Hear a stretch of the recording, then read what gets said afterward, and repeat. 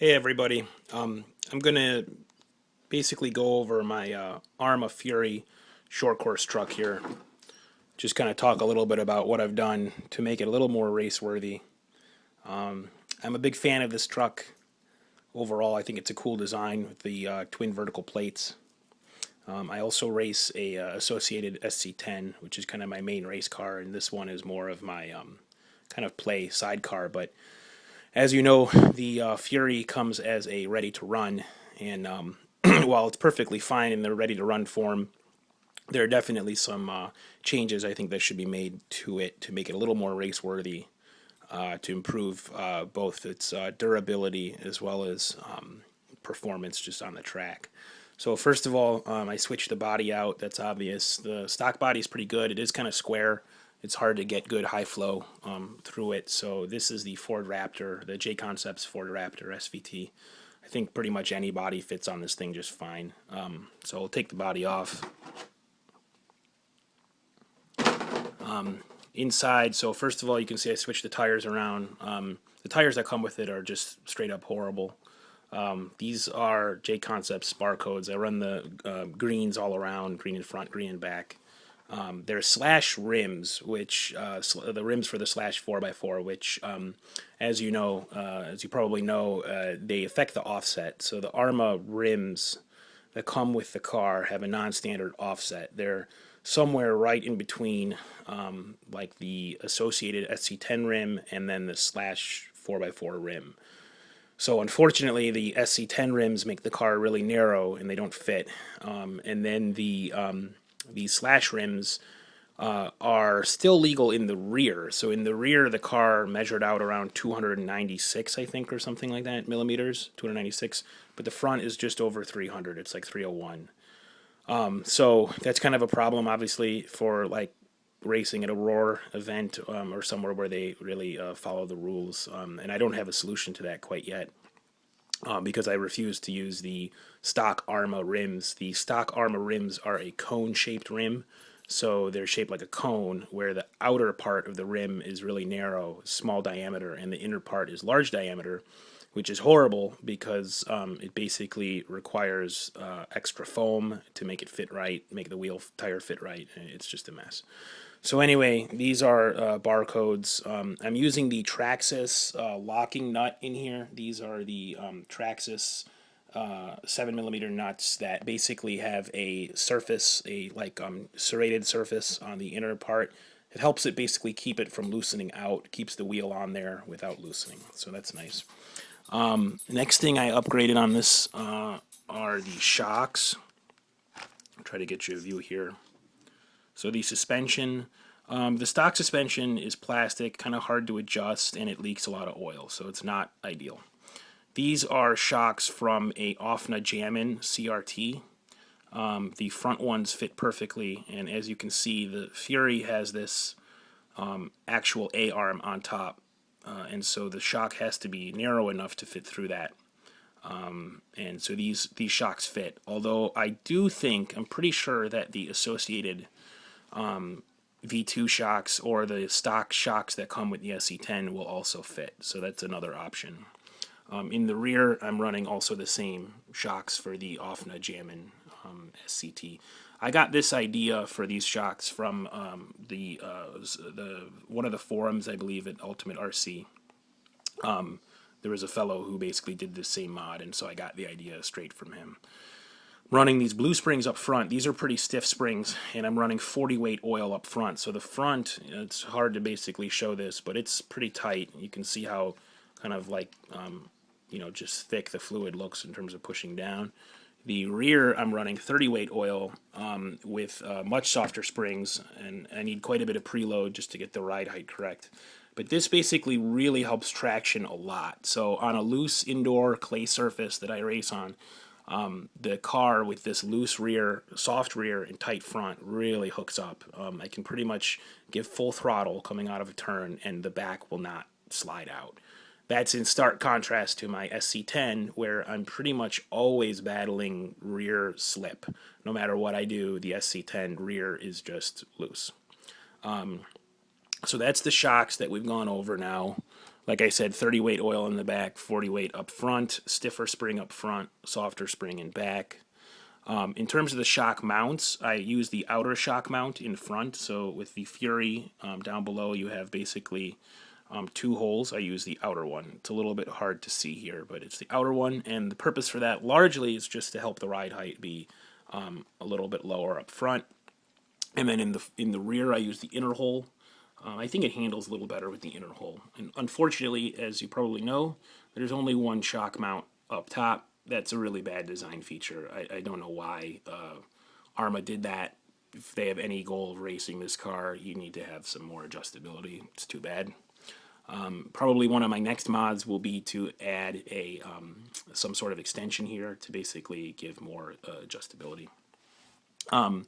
Next thing that we can go over is, I'll get to the electronics later on, but one mod I also made here is with the front tie rods. So the front tie rods, you can see here I have a captured tie rod. So the inner part of the tie rod is still a ball end. You can see here it's just an RPM ball end. And then the outer part is captured. I did this because these outer ball ends tend to pop off if you hit a wall or anything hard, and that's no good.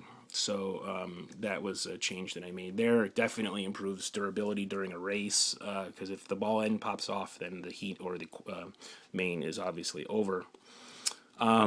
In terms of kind of dimensions of the car, other thing that I did was I use about 1 degree of camber up front. It's a little bit hard for me to show you that. You just have to take my word for it. I use about 1 degree of toe in up front.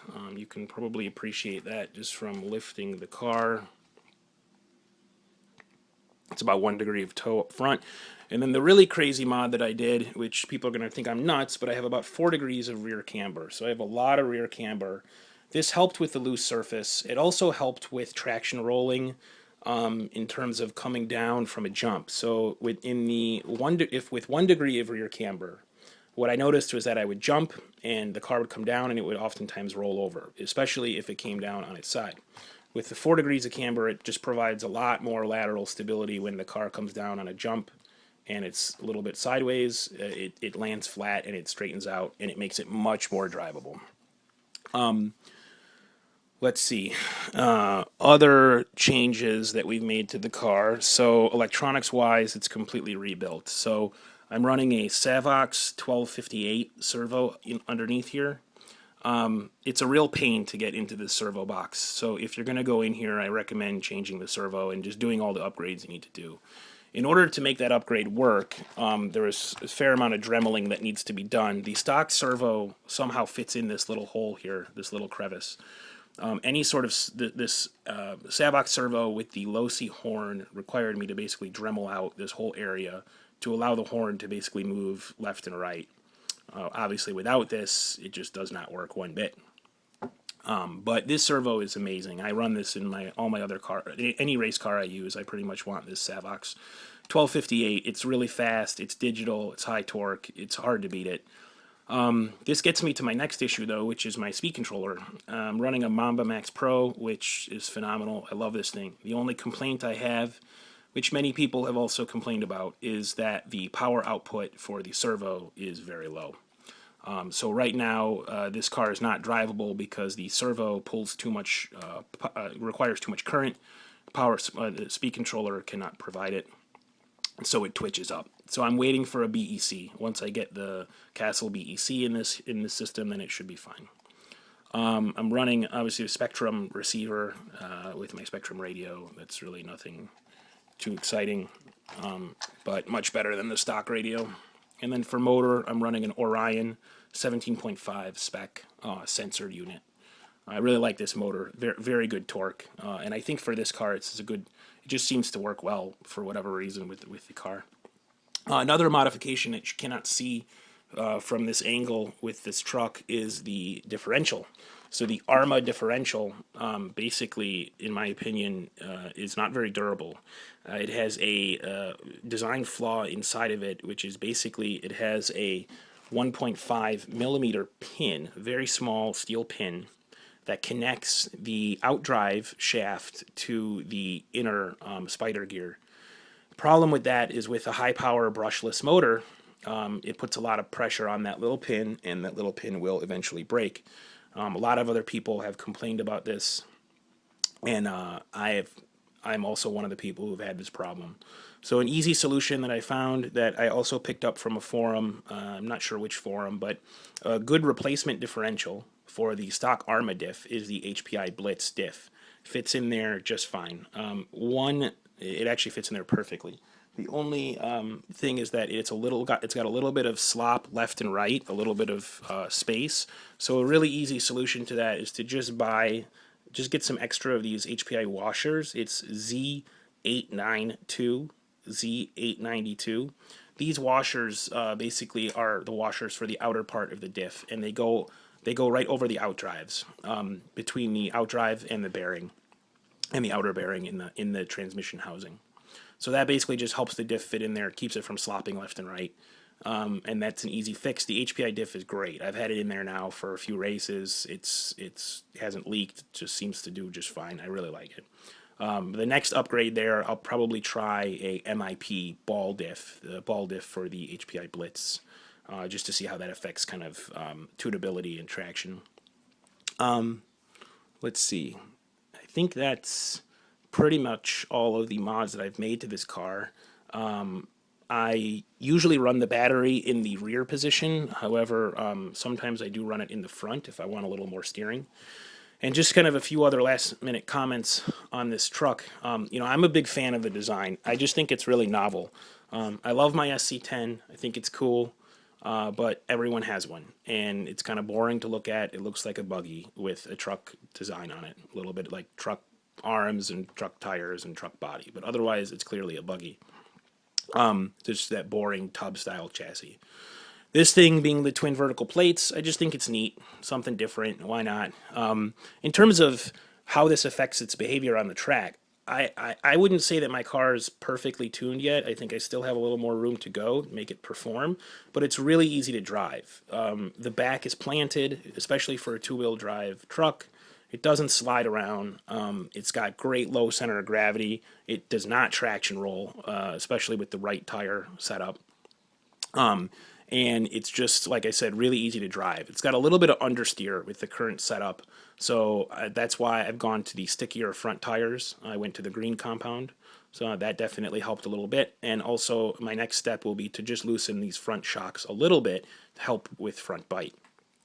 But overall, I do believe that this truck, when tuned, is more than competitive against the other top short course setups. I don't think this car is at all inferior.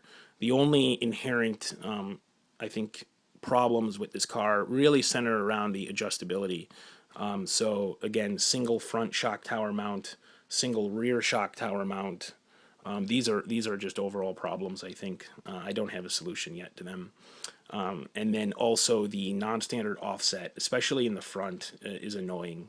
If anyone out there has a solution to that, be it different, I think the ultimate solution may be using different C-hubs in here, different hub carriers, to basically get the wheels a little bit closer in or a little bit further out, and then use just a, if they're going to be further out, to then use a more shallow offset like the SC10 tires. One other annoying thing are the rear dog bones. So I'm still running rear dog bones in this car. Let's see if you can see that here. I'm still running rear dog bones. I don't have CVDs yet. The reason for this is that I don't know what CVD would fit. I'm going to try the HPI Blitz CVDs next. There seem to be similar length, probably pretty close, and the diameter of the axle is the same, so that's good. It's, I think, still 4 millimeters. So it should be okay in terms of the axle. I just don't know about the shaft part, the dog bone part. So if any of you folks out there have solutions to replace the Arrma Fury dog bone to a CVD, please let me know. Post it, obviously this video, or wherever, or put it in a forum where I can find it. That'd be awesome. Anyway, I hope you enjoyed this video. The purpose of this video, again, was just to sort of go over my Arrma Fury, all the many changes I've made to it to make it race worthy. And also, I'm trying to convince you folks that it's a good truck. If you're thinking about getting another truck that you want to possibly race, this is a really good one. I think you'd be happy. And the ready-to-run components are perfectly fine for bashing and just playing around, but the car is definitely got lots of potential to be upgraded and to make it pretty competitive on the track. So that's it. Thank you for watching, and that's it. Thank you. Bye.